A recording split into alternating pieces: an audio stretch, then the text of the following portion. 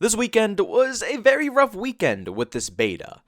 It wasn't the best performing beta. It was very poor when it comes to quality.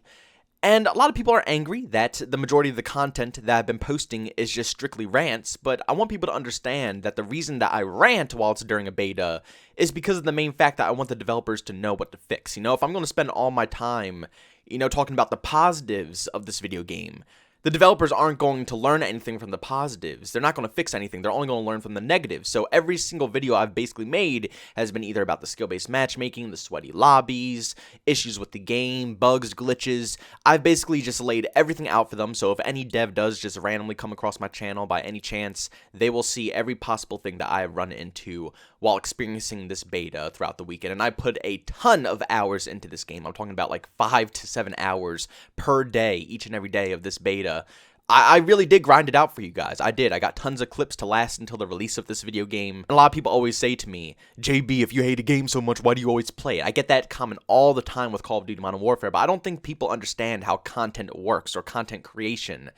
I mean, yes, some people out there, like Blame Truth for one, can, go without playing a video game and still be able to voice their own opinion. But for me personally, I need to physically play the video game in order to come up with topics. If I don't play the video game, I'm just not inspired, and the commentaries that you guys hear from the day-to-day basis won't be as good as they usually are. They will be very low quality because I just don't have the inspiration to actually make a high-quality commentary because I don't have the passion behind it.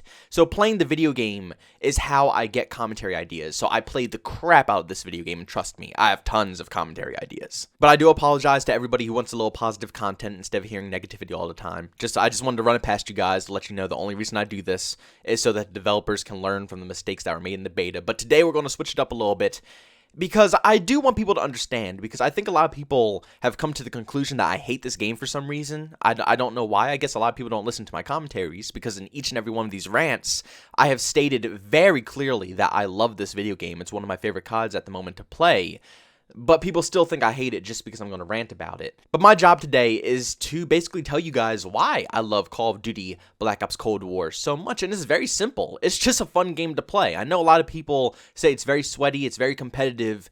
But as a sweaty player like myself, I can compete. I can compete when it comes to a video game, and it's no different from Modern Warfare. The difference between this game and Modern Warfare is that everybody holds a head glitch and they wait for you to run around corners so they can insta-melt you. Modern Warfare caters to the bad players. Cold War doesn't. Cold War requires more skill, higher time to kill, a headshot multiplier, which allows players who actually can aim to beam people who are lower skill levels, because the people who are lower skill levels can't aim, they can't hit all their shots. With a high time to kill, it's going to take longer for them to actually kill someone, and if a good player knows how to hit their headshots, they're going to melt people all the time. So this game just caters to good players. I enjoy it, and even though it's sweaty as hell, I mean, this game is as sweaty as they come, I still prefer this over Modern Warfare because the sweaty players in this game actually move, unlike the sweaty players in Modern Warfare who sit there. I will say, though, that the skill-based matchmaking was so thick this weekend that I did actually have to slow down the pacing of my gameplay a lot. I mean, I usually run and gun constantly, but I had to set up shop, had to, post up angles with ARs and SMGs and stuff like that, wait for people to come to me. It was a complex time trying to get some clips this weekend, but overall, despite the skill-based matchmaking, if that wasn't in this game, it's a perfect Call of Duty game in my personal opinion. Pretty much all the guns are viable in this game. Let's be honest here. I know a lot of people are complaining saying that's no variety, but for me personally, I see tons of variety. There's the Commando rifle, there's the Krig rifle, there's the AK-47, there's the QBZ. All those rifles are very reliable. For the submachine guns, there's an MP5, there's a Mini Uzi, and AK-74U. All those submachine guns are very viable. Shotguns, both shotguns are very good. All the snipers are very good. I didn't try the LMGs because I heard they're bad, but I mean, maybe they're good. I have no clue. Pretty much every single gun in this game is viable in their own way, and that's why I've been waiting for out of a Call of Duty game for so long.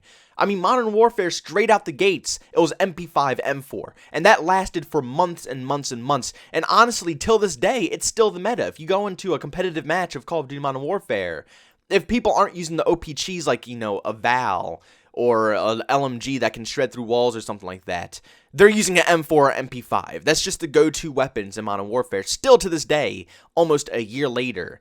And games like that make me sick, because I like variety. I like using different things. And in Cold War, I could do that.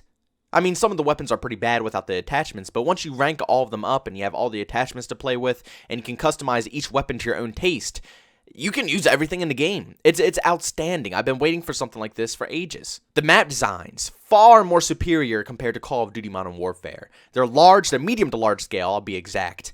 But they have more flow than Modern Warfare. Modern Warfare, there's head glitches, like 10 head glitches around every single corner, safe spaces around every single corner as well. This game is a little bit more simplified. It's not as complex as games like Black Ops 1 or Call of Duty World at War when it comes to map design. It's a little bit more simplified. But they still didn't, give us Nuketown-sized maps 24/7. There's variety, there's paths, there's different ways to take. I know a ton of people hate Cartel, but me personally, I love it just because it's ways that I can escape gunfights, I can maneuver around gunfights. It's not just go down this lane and hold it, or go down that lane and hold it. Oh, someone's holding that lane, back up and go down the other lane and hold it. No, I can go to mid. If I get shot, I can slide through the bushes and go to the hangar, cut through the spawn, go back through bushes and go down to the, whatever it is, the water part or down low, whatever that's called.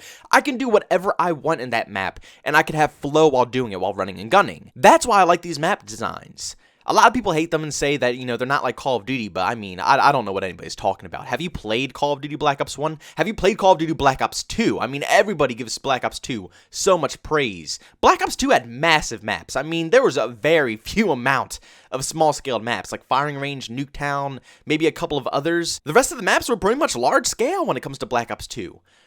I don't know. I feel like people are just forgetting the past. They need to remaster these video games so everybody can, get a reality check when it comes to these titles. But all the maps were really large back in the day. So I don't really see where the complaints or anything are coming for these maps. They're honestly, if anything, probably the best maps we've seen. They took the BO4 simplicity, where you can find action constantly, you know where enemies are at, it's hard for enemies to hide, it's constant, fast-paced action, but they expanded on them. Not too big like Black Ops 1, Black Ops 2, World at War, but they weren't too small like Black Ops 4. It was a nice little medium point, and I enjoy that. And I do understand that the 12v12 maps or combined arm maps are very large scaled, but I mean, it's combined arms. This isn't Call of Duty. So you can't rate these maps off of a Call of Duty vibe. You gotta rate them more off of like a Battlefield type vibe. And honestly, I prefer these maps way more than I do in Ground War and Modern Warfare. Ground War and Modern Warfare almost seem like they tried to completely copy Conquest from the Battlefield franchise. This seems like it's a little bit more Call of Duty-like. It's still kind of like Conquest. You still have tons of flags, and you still have tons of vehicles and everything. But they incorporated 12v12 in some of the smaller maps like Cartel as well. So honestly, I think it's going to be some good variety when it comes to 12v12, and it's probably going to play a lot better than Ground War did in Modern Warfare. Also, I know a very hot topic right now is the score streak system when it comes to Call of Duty Black Ops Cold War, and I know a ton of people hate this streak system. Personally, I'm going to be the guy again to say this. I know tons of people are going to hate me, but I personally enjoy it. The main complaint is, oh, everybody gets streaks now, it's no competition, there's no skill gap, anybody can get a streak. But in reality, that's false. I have tons of friends who are even struggling to get a UAV sometimes, even an artillery strike. They're not easy to get. They might allow you to keep your streak regardless if you die or not, but at the end of the day, they doubled to even tripled the amount of points that they would typically cost to get these type of streaks. So they're very difficult to get. They're not easy. I don't drop chopper gunners every single game. I don't get my war machines every single game. It's hard stuff to get. You have to be able to get good at the game in order to earn these streaks, which I appreciate. And at the same time, you do not lose your streak if you die, which allows me personally as a very aggressive player to stay aggressive. I don't have to slow down, I don't have to camp, I don't have to hold angles, I don't have to play for my life. I can play OBJ, I can push, I can flank, I can be aggro, and I can still earn the streaks that I want to earn regardless. At the end of the day, I mean, like I said, I know tons of people hate this, but this might be the best casual version of the streaks that we've seen in a long time. Yes, I don't want to see it come back anymore, probably. I think this should just be like a one-time thing that they do in Call of Duty. But am I mad about it? No, I really do think that it allows players to be aggressive. It's nothing negative about it to me. Yes, at the end of the game, there will probably be some artillery spam or UAV spam, but if it's UAV spam, I mean, if they all stack them on top of each other, that's not going to benefit them. It'll benefit them if they used one UAV, let it run out, use the other one, let it run out, but nobody does that. They all call in their UAV at the same time, so at the end of the day, it's only going to be there for 30 seconds, no matter how many UAVs are in the sky.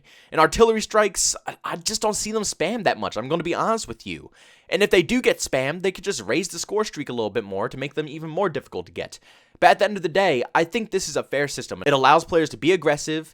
It makes people want to play OBJ, which is a massive reason why people camp in all the other Call of Duty games, because they know if they die, they're off their streak. So nobody wants to play OBJ, especially the casual players. You know, if you're a more skilled player and you know what you're doing, you're going to be able to go on streaks and capture OBJs at the same time if you're a skilled player. That's just how it is. But a lot of the casual players who struggle in these games, they can't do that stuff all the time. So their best benefit is to camp. And that's why we see so many campers in all these past Call of Duty games, because of the streaks. They want to earn the streaks. That's what Call of Duty is all about, right? That's the buying factor for a lot of people, is the streaks in the game. But now that they took the scare of losing your streak if you die away, it encourages these new players or casual players to push more. So now more people are playing OBJ, the matches are being a little bit more competitive because people actually want to win, and it's for the good players, at least the ones who are complaining about skill-based matchmaking like me myself, it's good for us. It is, because it's going to make the noobs or the casual players actually push us. So when we do get a noob lobby or a casual lobby, it's not going to be just like the sweaty lobbies as well, where we have to hunt down these campers. No, they're going to come to us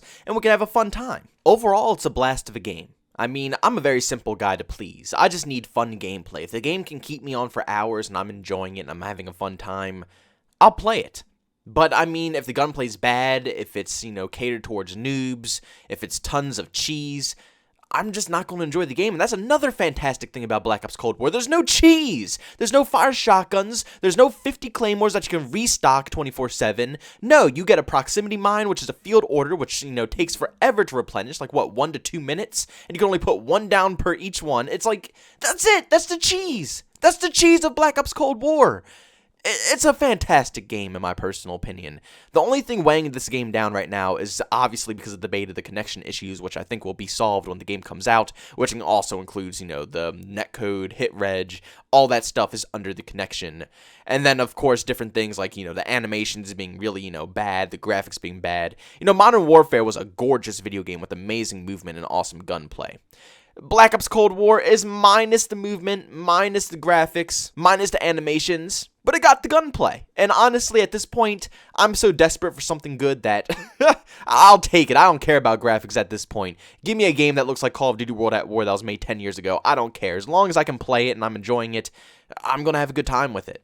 But guys, I hope you enjoyed the commentary. The gameplay that you guys were watching today was an AK-47 gameplay. I went 70 kills and 10 deaths. Absolutely popped off. I'm not going to lie, I'm going to miss this beta. I really am. I can't believe I'm going back to Modern Warfare. I already went back to Modern Warfare and I wanted to just instantly hop off already. I'm going to miss the fun factor of Call of Duty. I cannot wait for this game to drop so I could just completely forget about Modern Warfare and move on. But guys, thank you so much for tuning in. If you enjoyed the video, make sure to leave a like, and by all means, if you hate it, leave a dislike. Also, if you're brand new, enjoy content, don't forget to subscribe and hit that bell notification button. Also, want to chat with me? There's 2 ways to do so. I have a Twitter and a Discord. Both those links are down in the description. And also, want to catch me with live streams of video games, I do that over on Twitch. Link to that is in the description as well. But guys, thank you so much for tuning in. See you on the next one. Peace out.